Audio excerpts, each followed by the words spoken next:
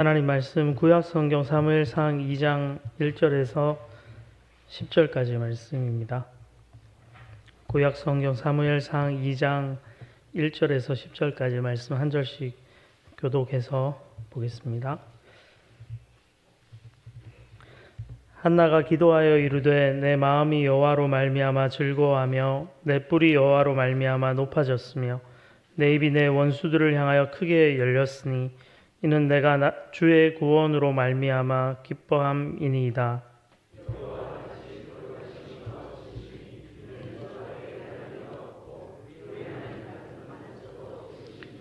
심히 교만한 말을 다시 하지 말 것이며 오만한 말을 너희의 입에서 내지 말지어다. 여호와는 지식의 하나님이시라 행동을 달아보시느니라. 풍족하던 자들은 양식을 위하여 품을 팔고 줄이던 자들은 다시 줄이지 아니하도다. 전에 임신하지 못하던 자는 7을 낳았고 많은 자녀를 둔 자는 쇠약하도다.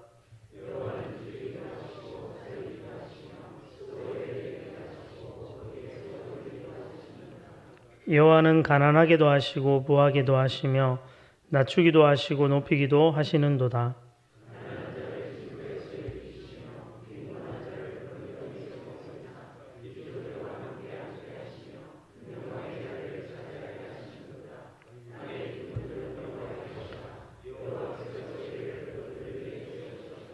그가 그의 거룩한 자들의 발을 지키실 것이요 악인들을 흑암 중에서 잠잠하게 하시리니 힘으로는 이길 사람이 없음이로다.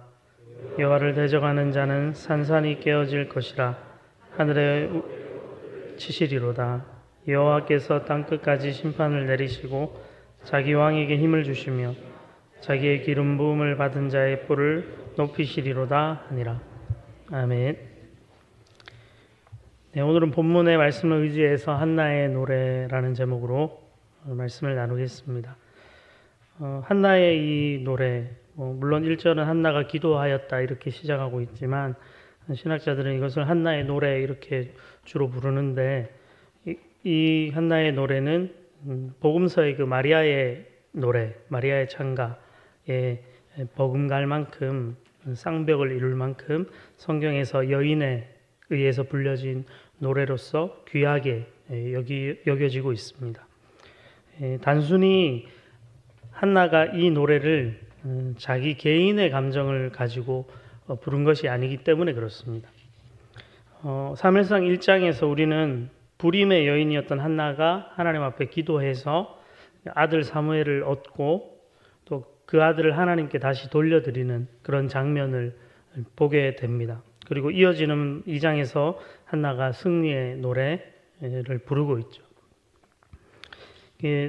어떤 일부의 문맥을 보면은 한나가 원수와 같은 그 브닛나의 괴롭힘을 더 이상 당하지 않게 하신 이렇게 아들을 주신 하나님을 기뻐하고 높여드리는 것처럼 보여집니다. 3절을 보면 심히 교만한 말을 다시 하지 말 것이며 오만한 말을 너희의 입에서 내지 말지어다 라고 하면서 자기를 그렇게 괴롭히던 브닛나를 향해서 뭔가 이런 충고, 이런 말을 하는 것처럼 보여지기도 하고 5절 하반절에 가보면 전에 임신하지 못하던 자는 7을 낳았고 많은 자녀를 둔 자는 쇠약하도다 라고 하면서 불임이던 자기에게 아들 주신 하나님의 능력을 이렇게 높이는 그런 개인적인 감정의 고백처럼 보여질 수 있습니다.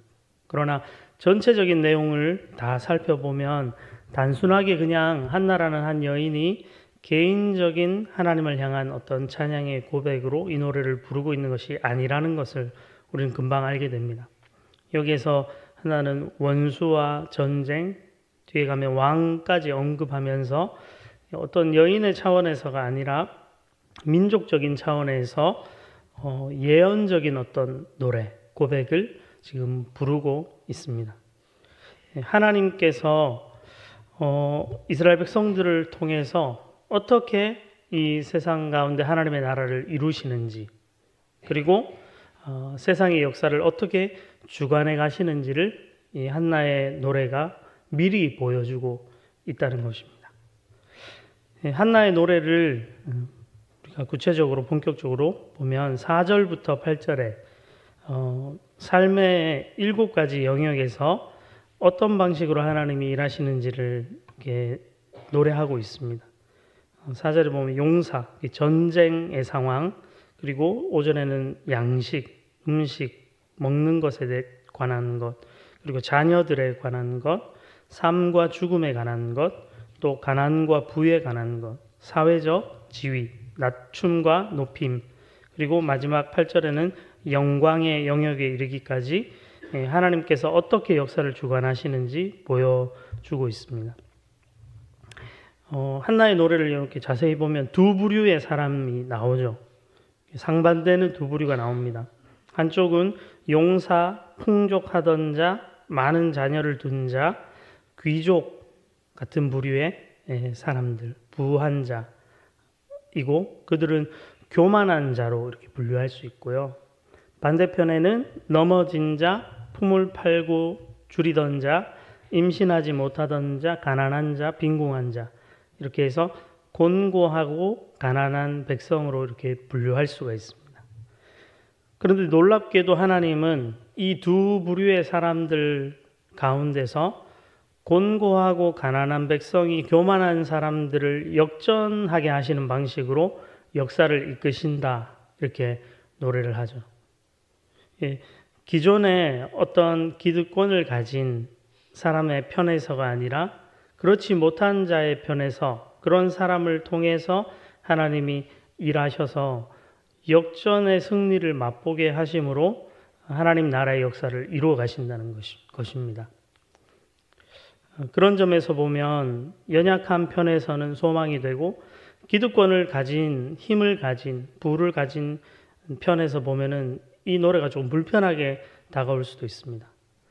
그러나 언제나 하나님은 강하고 능한 자의 편에서가 아니라 약하고 가난하고 힘없는 자의 편에서 일하고 계시다는 것을 우리는 기억을 해야 합니다.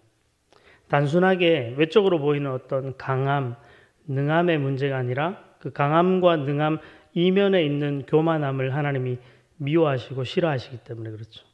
그게 왜 문제가 되냐면 능함과 부함 뒤에 있는 교만은 결국 이 세상의 일을 내 힘으로 해냈다고 말하게 되기 때문입니다. 하나님을 제외하고 배제하고 내가 이것을 이루었다, 해냈다, 승리했다 이런 고백을 하게 되기 때문이죠. 그래서 우리가 이 땅을 살아가면서 어떤 성공이나 성취, 승리를 맛볼 때 상당히 조심하셔야 합니다. 내가 이뤘다, 내가 해냈다, 내가 승리했다 이런 고백이 아니라 그런 승리 속에서도 하나님이 도우시고 함께 하셨다는 그런 고백이 있어야 한다는 것이죠. 한나의 노래 가운데 들어있는 이 역전이라는 주제는 사무엘서 전체에서 실제로 실현이 되고 있습니다. 몇 가지 예들을 우리가 살펴볼 수 있는데 하나님은 다윗이라는 소년을 통해서 용사인 골리앗의 활을 꺾으시죠. 4절에 용사의 활은 꺾이고 이렇게 고백하는데 소년 다윗을 통해서 용사 거인 골리앗의 활을 꺾어버리십니다. 또 하나님은 가난하게도 하시고 부하게도 하신다 이렇게 7절에서 이야기하는데 하나님은 다윗은 점점 강하게 만드시고 사울의 집안은 점점 약하게 하시죠. 사무엘하 3장 1절에 가보면 사울의 집과 다윗의 집 사이에 전쟁이 오래매 다윗은 점점 강하여 가고 사울의 집은 점점 약하여 가니라 이렇게 돼 있는데 요 약하여 간다는 말이 원래 그 원어는 가난하여져 간다. 여기 7절에서 가난하게 하신다 할 때 그 단어를 같은 단어를 쓰고 있습니다. 사울의 집은 하나님이 가난하게 만들어 가셨다는 것입니다. 그것 말고도 여러 가지 구체적이고 실제적인 예를 우리는 사무엘서에서 찾아볼 수 있습니다. 이렇게 한나의 노래는 용사의 활을 꺾고 또 사람을 죽이기도 하시고 살리기도 하시고 낮추기도 하시고 높이기도 하시고 가난하게도 하시고 부하게도 하시는 그런 하나님을 노래하고 있습니다. 하나님은 우리의 삶이나 우리의 역사와 무관하신 분이 아니시라는 거죠. 실제 인간의 역사를 주장하고 이끌어 가시는 살아계신 하나님이 계시다는 것입니다. 우리가 성경을 읽으면은 늘 언제나 사실 사람에게 집중을 합니다. 왜냐하면 사람이 승리한 이야기는 재미있고 이게 나에게도 적용될 수 있을 거라고 내심 생각이 되니까요. 사무엘서 같은 이야기 읽으면 다윗에 대해서 집중하게 되고 사무엘에 대해서 집중하게 되고 이런 현상을 보이죠. 성경 안에서 위대한 인물들에 우리는 관심을 가지고 그 사람을 담는데 약간 애를 쓰게 되는 그런 경향이 있습니다. 근데 하나님은 그 이면에서 언제나 살아계신 하나님이십니다. 성경을 읽어 가실 때 하나님이 지금 이 상황 속에서 어떻게 행하시고 계신지를 우리는 자꾸 찾아내야 됩니다. 다윗이 이렇게 했더라. 다윗의 삶에서 교훈을 얻어내는 게 아니라 하나님이 그 가운데서 어떻게 하시는지를 늘 주목해야 하는 것입니다. 역전의 방식으로 일하시는 하나님, 사무엘서는 우리에게 그것을 가르쳐 주면서 그렇다면 우리가 우리의 생애에서 어떠한 태도를 가지고 이 땅을 살아가야 하는지를 우리에게 가르쳐 줍니다. 그 3절 말씀에서 우리는 그 힌트를 찾을 수 있는데 3절 말씀을 한 번 더 같이 읽어보겠습니다. 심히 교만한 말을 다시 하지 말 것이며 오만한 말을 너희의 입에서 내지 말지어다. 여호와는 지식의 하나님이시라 행동을 달아보시느니라. 아멘. 여기서 우리 크게 두 가지 정도를 우리가 교훈으로 얻을 수 있을 것 같습니다. 첫째로는 역전의 하나님께서 우리의 삶을 통해 일하게 하시려면 우리는 교만한 말, 오만한 말을 입에 내지 않아야 한다는 것입니다. 쉽게 설명하면 겸손하게 행해야 한다는 것이죠. 미가 선지자도 비슷한 이야기를 하죠. 사람아 주께서 선한 것이 무엇임을 내게 보이셨나니 여호와께서 내게 구하시는 것은 오직 공의를 행하며 인자를 사랑하며 겸손히 내 하나님과 함께 행하는 것이 아니냐라고 하면서 하나님이 우리에게 원하시는 것이 겸손히 하나님과 함께 행하는 것이다. 이렇게 말하고 있습니다. 그래서 겸손하게 이 땅을 살아가셔야 합니다. 사람은 교만해지기가 매우 쉽습니다. 그렇지 않은 것 같은데 겸손을 가장한 교만도 많이 있어요. 정말 겸손해 보이는 것처럼 해야만 내가 좋은 신앙인이다. 좋은 신앙인으로 여겨질 수 있다고 생각하고 겸손한 듯한데 마음속에는 교만함이 자리 잡고 있는 거죠. 하나님은 모든 상황 속에서 하나님 앞에 서 있는 겸손한 그 사람을 통해 일하신다는 겁니다. 그러면 겸손한 사람의 특징은 무엇입니까? 겸손한 사람의 특징은 하나님을 향해 기도한다는 것입니다. 한나가 그것을 정확하게 보여주고 있죠.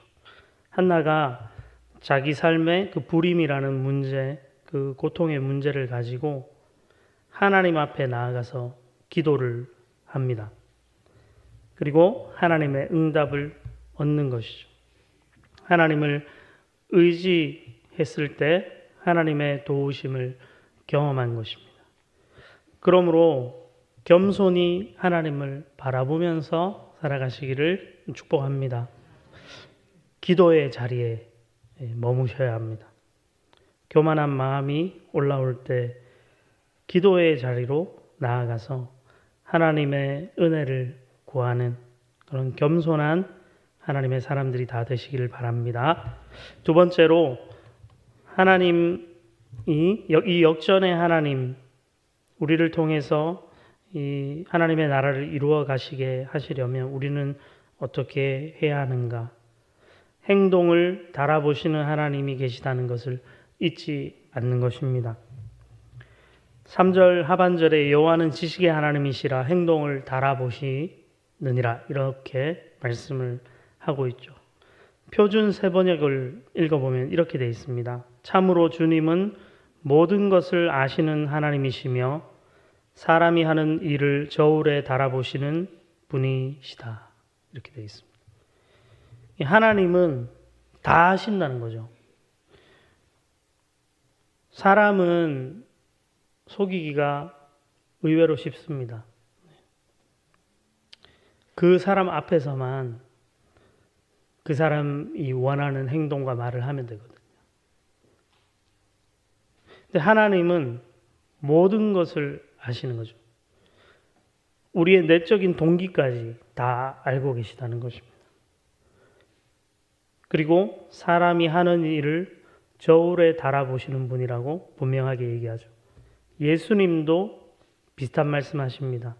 마태복음 16장 27절에 제자들을 향해서 인자가 아버지의 영광으로 그 천사들과 함께 오리니 그때에 각 사람이 행한 대로 갚으리라 말씀하십니다. 이 말씀이 한편으로 우리를 두렵게 하면 좋겠습니다. 하나님을 경외하게 하는 말씀이 되면 좋겠습니다. 하나님은 다 아십니다. 싹 다 아십니다, 정말. 우리가 지금 하고 있는 말과 행동을 하나님이 다 보고 계시다는 거죠. 제가 예수님을 믿고 십자가 은혜를 이렇게 경험했을 때 하나님 회개를 시키셨는데 어렸을 때 한 초등학교도 가기 전에 동네 어떤 그 가게 옆에 돌 밑에 누가 숨겨놓은 것 같아요. 동전이 많이 있더라고요. 그걸 제가 발견했어요. 와, 이거 오락실에 가면 몇 판을 할 수 있고 이거 가져가면 그 문방구 가가지고 뽑기를 몇 번 할 수 있고 먹고 싶은 거 살 수. 제가 어떻게 했을까요? 그 돈 가져갔습니다. 제가 가져가서 썼어요. 10살이 되기 전인데, 근데 성인이 돼 20대 초반에 이제 회개 기도를 하는데 그때가 딱 생각나게 하시는 거예요. 그래서 기도를 막 했죠. 몰래 가져갔던 거 하나님 용서해 주세요. 다 생각나게 하시고 기억나게 하시고 지금 생각나면 은혜입니다. 네, 지금이 생각이 나야 돼요. 하나님 앞에 가가지고 하나님 앞에서 갑자기 그때 네 그거 했지? 나 다 보고 있었다. 난 다 알고 있다. 그러면 이제 할 말이 없잖아요. 하나님은 모든 것을 아십니다. 사람이 하는 일을 저울에 달아보십니다.